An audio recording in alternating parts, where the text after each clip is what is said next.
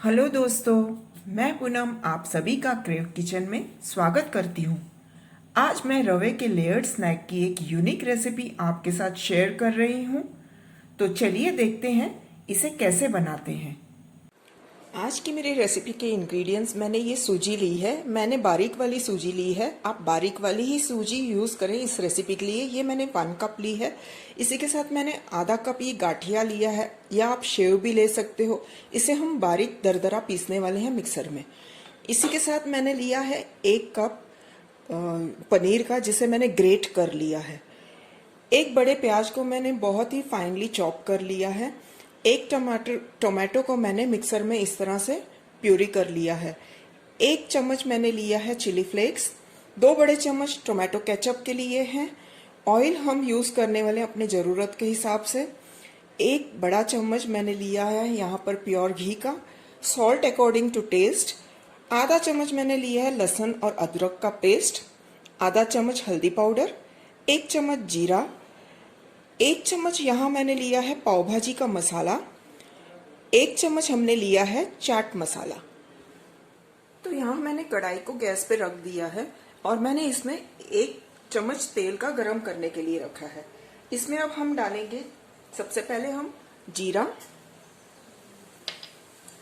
जीरा थोड़ा सा लाल हो जाए, फिर हम इसमें डाल देंगे प्याज, चॉप किए हुए प्याज।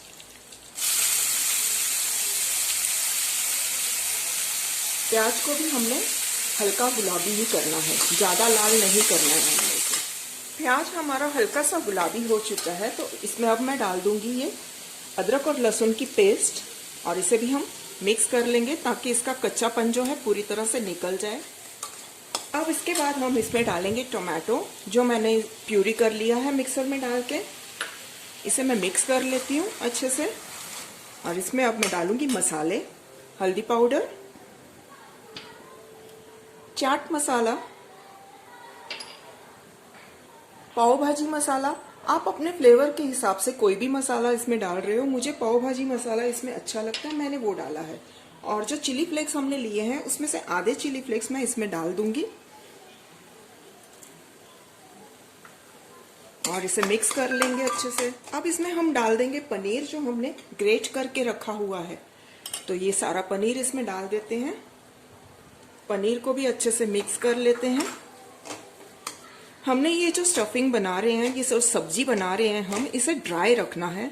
इसमें ज़्यादा मॉइस्चर नहीं होना चाहिए। तो हमें टोमेटो का जो पानी है पूरी तरह से ड्राई कर लेना है।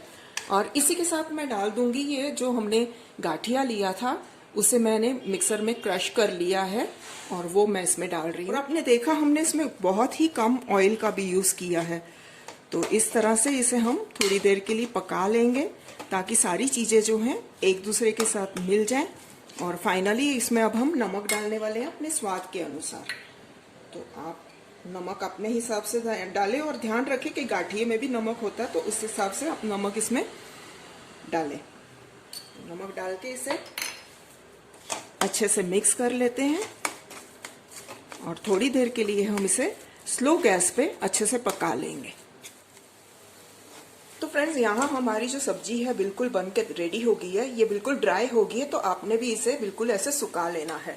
तो अब हम आगे का प्रोसीजर शुरू करते हैं। तो अब इस बाउल में मैं सूजी को ले लेती हूँ, जो हमने सूजी ली है। इसमें हम डालेंगे स्वाद अनुसार नमक, ज़्यादा नहीं डालेंगे इसमें, हम थोड़ा सा सिर्फ टेस्ट के लिए नमक डालेंगे। और 1 चम्मच हम इसमें डालेंगे ऑयल, और इसे अब हम पानी डाल के गूंद लेंगे। तो थोड़ा थोड़ा पानी डालेंगे और इसे गूंदेंगे। इसे हम आटे के जैसा गूंद लेंगे। तो पानी आपने थोड़ा थोड़ा करके ही डालना है, एक साथ नहीं डालना है।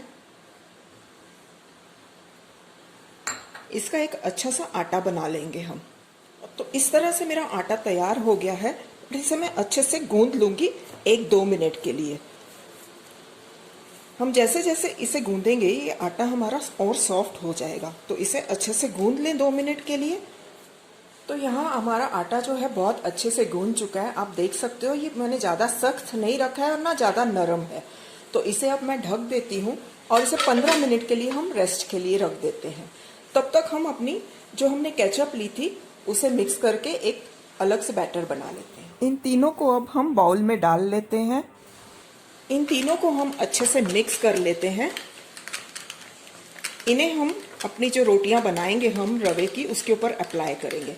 तो ये हमारा मिक्सचर रेडी है और अब हम अपनी लेयरिंग करेंगे सारे सामान की। तो यहाँ हमारे आटे को रेस्ट करते हुए 15 मिनट हो चुके हैं। तो इसे हम अब हाथ में ले लेते हैं और इसे हम बोर्ड पे थोड़ा सा सूखा आटा डाल के इस तरह से रोल कर लेते हैं और इसके अब हम पीसेस कट करेंगे और इसे अब हम 5 पार्ट में डिवाइड कर लेंगे। तो पहले हम मार्किंग कर लेते हैं 1 2 3 4 और 5। तो इसे अब मैं कट कर लेती हूँ इस तरह से। इसके 5 हम हिस्से बना लेते हैं और फिर इनके हम ऐसे पेड़े बना लेते हैं। तो सारे मैं पेड़े बना लेती हूँ इस तरह से। तो मैंने इसे 5 हिस्सों में डिवाइड करके इनके बॉल्स बना लिए हैं। अब इसे हम बेल लेंगे। तो मैं इसे बेल लेती हूँ। इसे हम थोड़ा सा पतला ही बेलेंगे, बहुत भी पतला हमने इसे नहीं करना है, ना इसे हमने बहुत मोटा रखना है। तो इसे हम मीडियम एक रोटी से थोड़ा सा पतला बेल लेते हैं। तो आप देख सकते हो मैंने इस तरह से इसे बेल लिया है। ये इतनी पतली है और अब इसे हम प्लेट में रख देंगे। तो यहाँ मैंने सारी रोटियों को एक जैसा बेल लिया है और मैं आपको बताना चाहूँगी कि आपने सारी रोटियों का साइज एक ही रखना है, क्योंकि अब हम इन्हें असेंबल करने वाले हैं तो हमें एक ही साइज की सारी रोटियाँ चाहिए। तो चलिए अब हम इन्हें असेंबल करते हैं। तो यहाँ सबसे पहले जो हमने केचप और घी को मिक्स किया था उसकी एक हम लेयर इसके ऊपर अच्छे से स्प्रेड कर लेते हैं। चारों तरफ हम अच्छे से लगा लेंगे और इसके ऊपर अब हम जो हमने पनीर की स्टफिंग बनाई है उसे अरेंज करेंगे।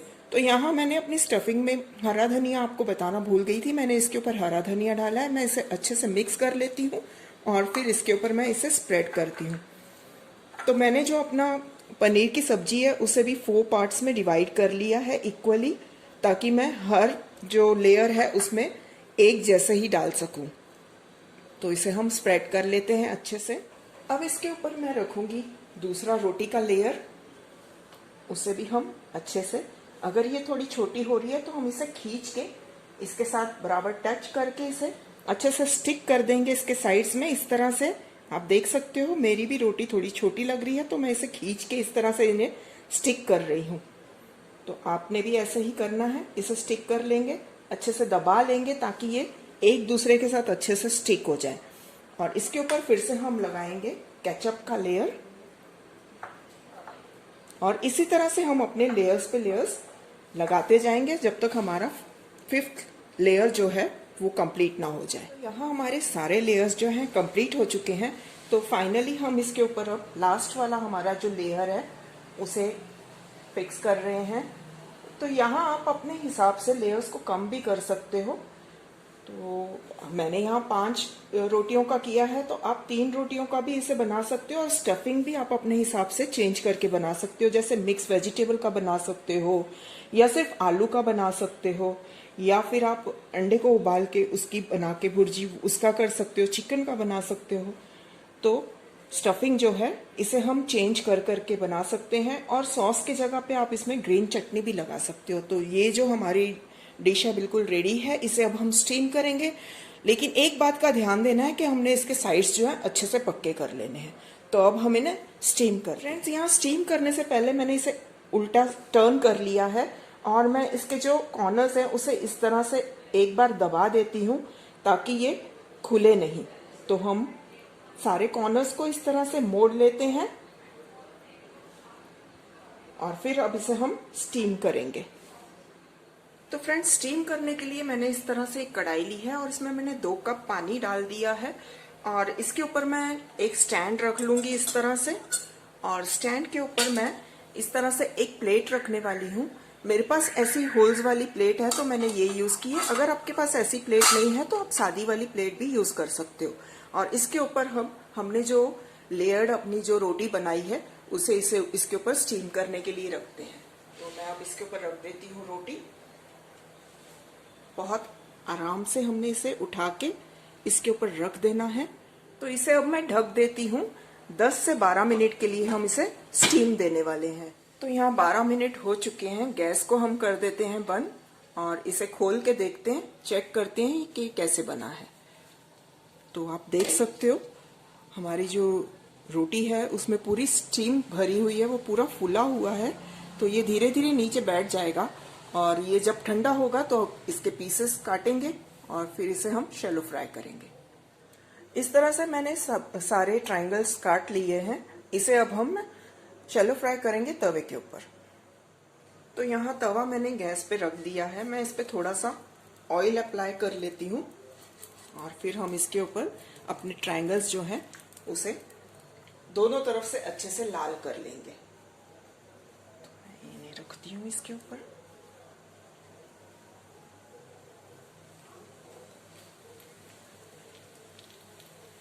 गैस को हम मीडियम फ्लेम पे ही रखेंगे।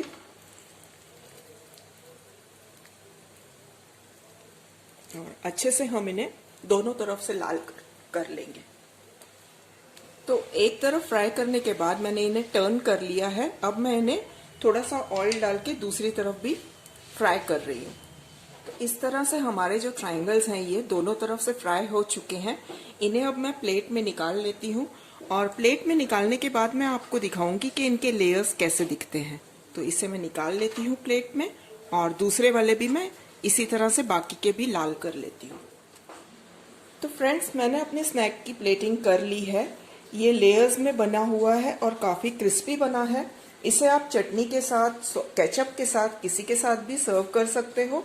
तो फ्रेंड्स, आपको मेरी ये रेसिपी कैसे लगी मुझे कमेंट करके ज़रूर बताना। और अब तक अगर आपने मेरे चैनल को सब्सक्राइब नहीं किया है तो मेरे चैनल को सब्सक्राइब कीजिए।